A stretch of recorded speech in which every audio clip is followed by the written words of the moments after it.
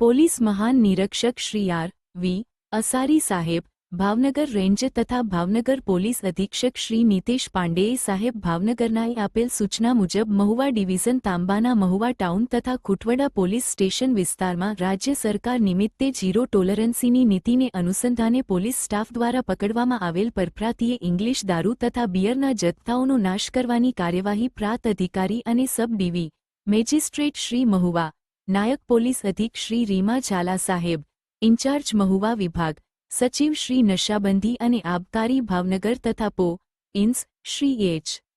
કે. સોલંકી તથા શ્રી આર. જે.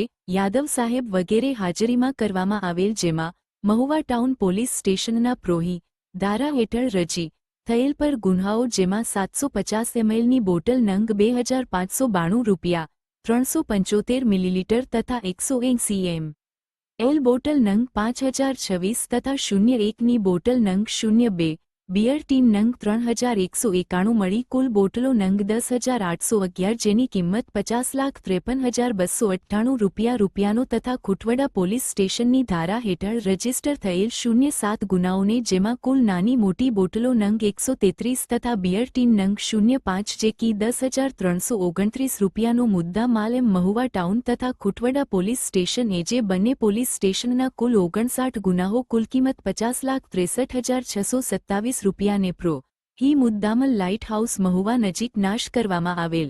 Reporter edit Kaushikbhai Panchasara.